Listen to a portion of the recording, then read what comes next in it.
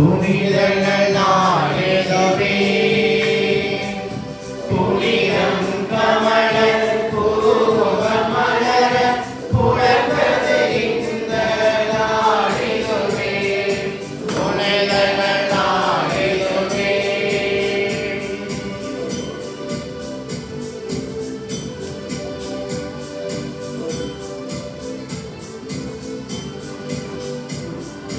இறைவனின் அன்பினிலே நிரந்தர கலந்திருக்க இறைவனின் அன்பினிலே நிரந்தர கலந்திருக்க தும்மை அழைத்தோ ஒரு குலமே வருக இறை மக்களே வருக திருப்பலி நிறைவேற்றி இறையாசி அளிக்க பலியினில் கலந்து இறையாசி பெறவே ஒரு குலமே வருக இறை மக்களே வருக வாழ்வது நீ இயேசுவே வாழ்வது நானல்ல இனி வாழ்வது நீ இயேசுவே வாழ்க்கை படிகளிலே வாழ்க்கையை நடத்திடவே வாழ்க்கை படிகளிலே வாழ்க்கையை நடத்திடவே புனிதர்கள் நாளிதுவே புனிதம் கமல பூமுகம் மலர புலர்ந்தது இந்த நாளிதுவே புனிதர்கள் உலகினிலே நல்மனத்தோர்க்கு அமைதி உண்டாகுக புகழின்றோம் யாவும் உம்மையே வாழ்த்துகின்றோம் இறைவனே உமக்கு ஆராதனை புரிந்து உம்மை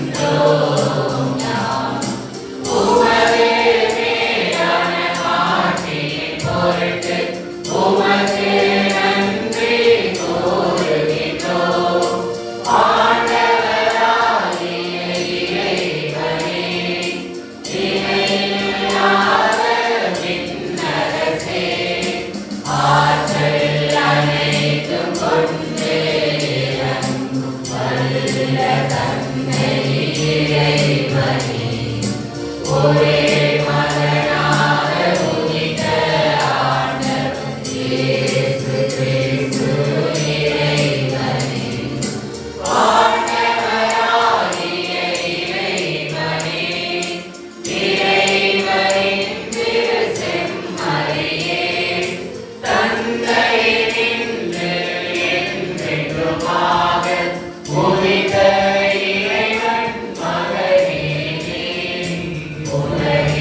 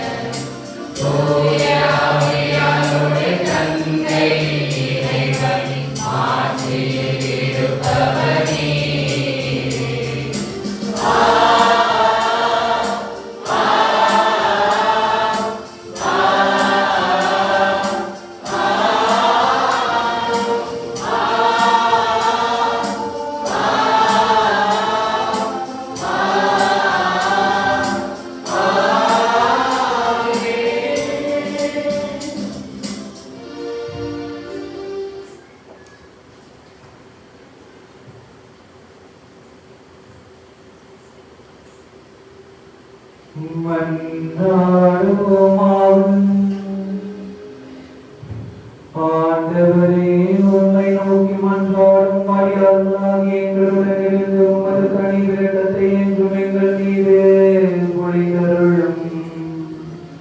இவ்வாறு எங்களை படைத்து வழி நடத்துகிறவர் நீரே என பெருமை கொள்ளும் எங்களுக்காக நீ படைத்தவற்றை புதுப்பித்து புதுப்பித்தவற்றை பாதுகாத்தருள்வீராக. உம்மோடு தூயாவியாரை ஒன்றுக்கள் இறைவனாய் என்றென்றும் வாழ்ந்து ஆட்சி செய்கிற எங்கள் ஆண்டவரும் உம் திருமகனுமாகிய கிறிஸ்துவனையாக உம்மை மன்றாடுகின்றோம்.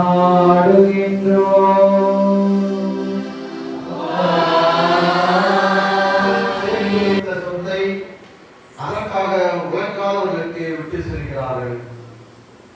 சபை உரையாளர் கூறியிருந்த வாசகம் அதிகாரம் 1:2-21 வீண் முற்றிலும் வீண் என்கிறார் சபை உரையாளர். வீண் முற்றிலும் வீண், எல்லாமே வீண். ஏனெனில் ஞானத்தோடும் அறிவாற்றலோடும் திறமையோடும் ஒருவர் உழைக்கின்றார்.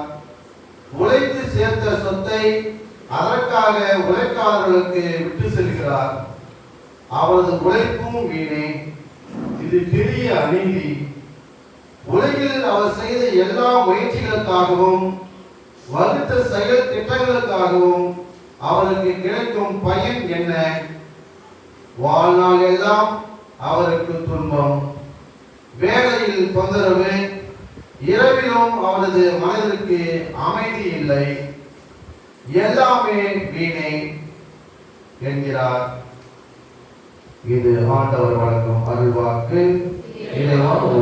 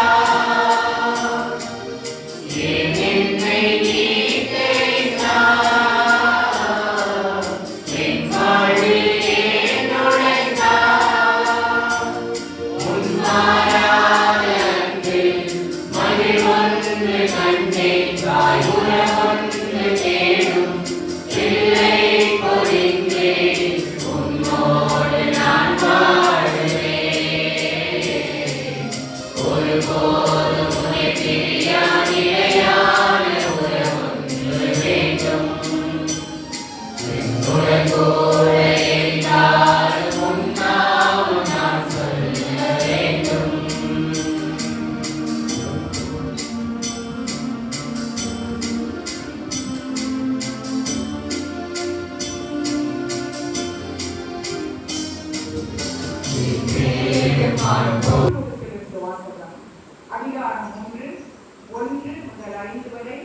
9 முதல் 11 வரை உள்ள இறைவாக்குகள். சகோதர சகோதரிகளே, நீங்கள் கிறிஸ்துவோடு உயிர் பெற்று எழுந்தவர்களானால் மேலுலகு சார்ந்தவற்றிலே நாடுங்கள். அங்கே கிறிஸ்து கடவுளின் வலப்பக்கத்தில் அமர்ந்திருக்கிறார். இவ்வுலக சார்ந்தவை பற்றி அல்ல, மேலுலகு சார்ந்தவை பற்றியே எண்ணுங்கள். ஏனெனில் நீங்கள் கிறிஸ்துவோடு இறந்து விட்டீர்கள். உங்கள் வாழ்வு அவரோடு இணைந்து கடவுளிடம் மறைந்து இருக்கின்றது. கிறிஸ்துவே உங்களுக்கு வாழ்வு அளிப்பவர். அவர் தோன்றும் பொழுது நீங்களும் அவரோடு மாற்றி பொருந்தியவராய் தோன்றுவீர்கள். ஆகவே உலக போக்கிலான உங்கள் இயல்புக்குரிய பழக்கமை, ஒழுக்கக்கேடு, கட்டிக்கடங்காத பாலுணர்வு, தீய நாட்டம், சிறை வழிபாடான பேராசை ஆகியவற்றை ஒழித்துவிடுங்கள். ஒருவரோடு ஒருவர் பொய் பேசாதீர்கள். ஏனெனில் நீங்கள் பழைய மனித இயல்பையும் அதற்குரிய செயல்களையும் கலந்துவிட்டு புதிய மனித இயல்பை அணிந்திருக்கிறீர்கள். அவ்வியல்பு தன்னை உண்டாக்கியவரின் சாயலுக்கேற்ப புதுப்பிக்கப்படுகிறது. இவ்வாறு நீங்கள் கடவுளை முழுமையாய் அறிய முடியும். புதுப்பிக்கப்பட்ட நிலையில் கிரேக்கர் என்றும் யூதர் என்றும் சேதனம் பெற்றவர் என்றும் சீக்கியர் என்றும் அடிமை என்றும் உரிமை குடிமக்கள் என்றும் வேறுபாடில்லை. கிறிஸ்துவே அனைவருக்குள்ளும் அனைத்துமாய் இருப்பவர். இது ஆண்டவர் வழங்கும் அருள்வாக்கு.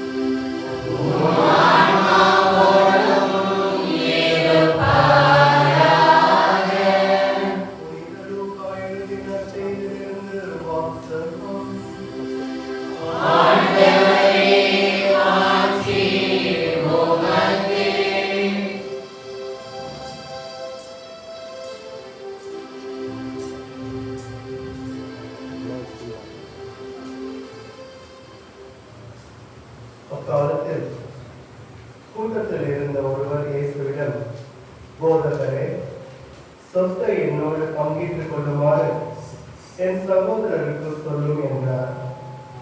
அவர் அந்த ஆணை நோக்கி, என்னை உங்களுக்கு நண்பராகவோ பாகம் பிரிப்பவராகவோ அமர்த்தியவர் யார் என்று கேட்டார்.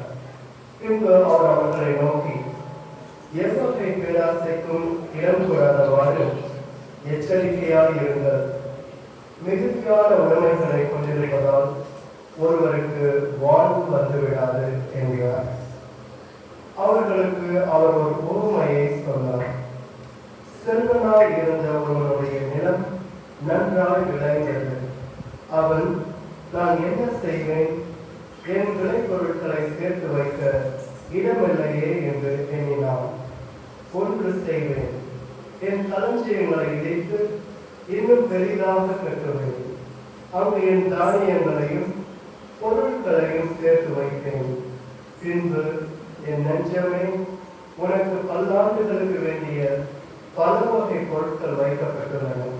நீ ஓய்வெடு, உண்டு குளித்து மகிழ்ச்சியில் திளைத்திடு என சொல்வேன் என்று தனக்குள்ளே கூறிக்கொண்டான். ஆனால் கடவுள் அவனிடம், அறிவிலேயே, இன்றிரவே உன் உயிர் உன்னை விட்டு பிரிந்துவிடும். அப்பொழுது நீ சேர்த்து வைத்தவை யாருடையவையாகும் என்று கேட்டார்.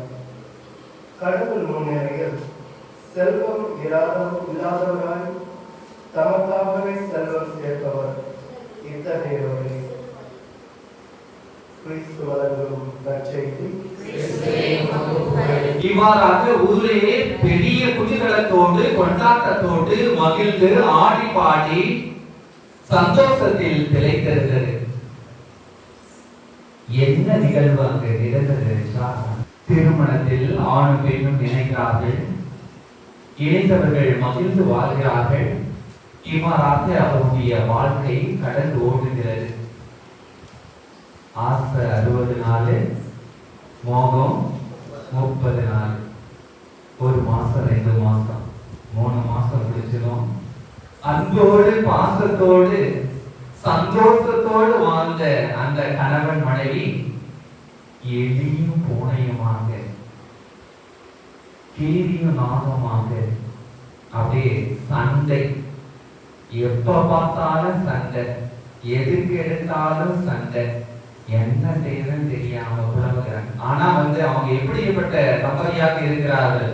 கடவுள் பக்தி மிகுந்தவர்களாக, ஏழை எளியவர்களுக்கு உதவிக்கரம் நீட்டக்கூடிய சிறந்த பிள்ளைகளாக இருக்கிறார்கள். இருந்த பொழுதும் அவர்களுக்குள்ளே புரிதல் இல்லை.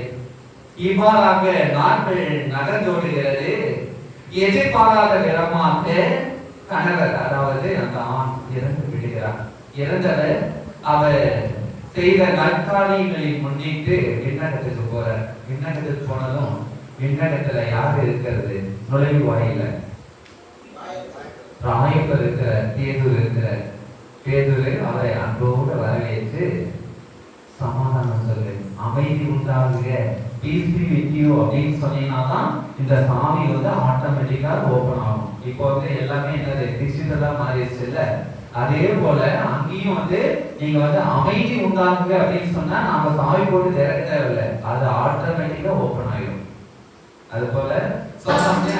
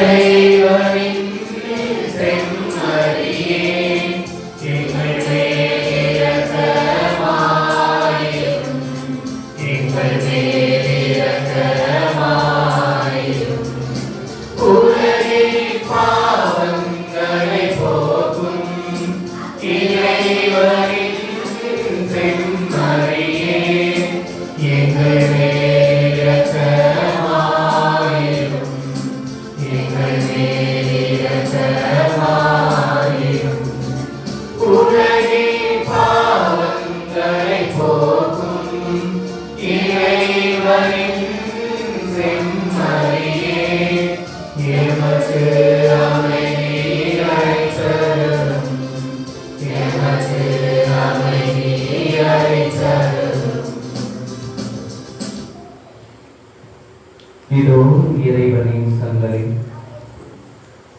இதோ உலகின் பாவங்களை போக்குகிறவர், உலகம் தர முடியாத அமைதியை, சமாதானத்தை நமக்கு அருளுகின்ற நம்முடைய அன்பு ஆனந்தவர், அமைதியின் அரசர் இவரே. இவருடைய விருதுக்கு அழைக்க பெற்ற நாம் அனைவரும் பேறு பெற்றோம்.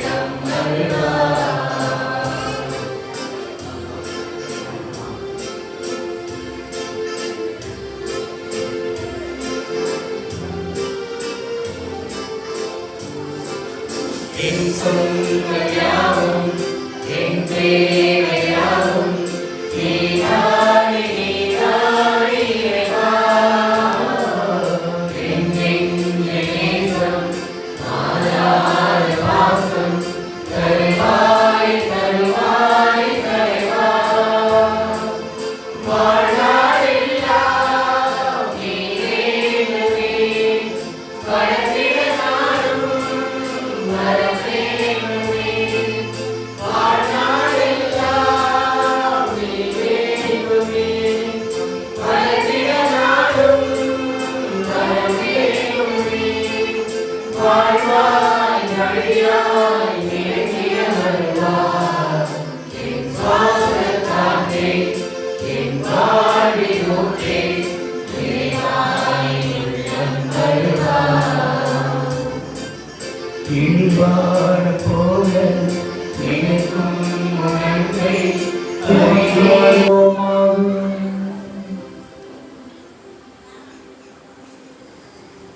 ஆண்டவரே விண்ணகப்படையால் புதுப்பிக்க பெற்ற நாங்கள் மறுபடியெல்லாம் உதவியும் உடனிருப்பையும் பெற்றுக்கொள்ள செய்தருளும்.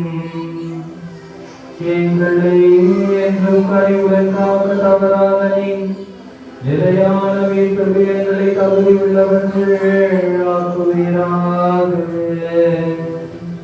எங்கள் ஆண்டவராகிய கிறிஸ்து வழியாக உம்மை மன்றாடுகின்றோம்.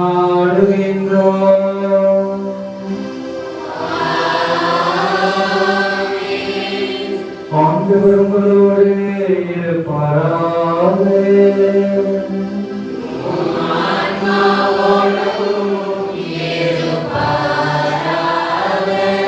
எல்லாம் வல்ல இறைவன் தந்தை மகன் தூயாவியானவர் உங்கள் அனைவரையும் நிறைவாக ஆசீர்வதிப்பாராக.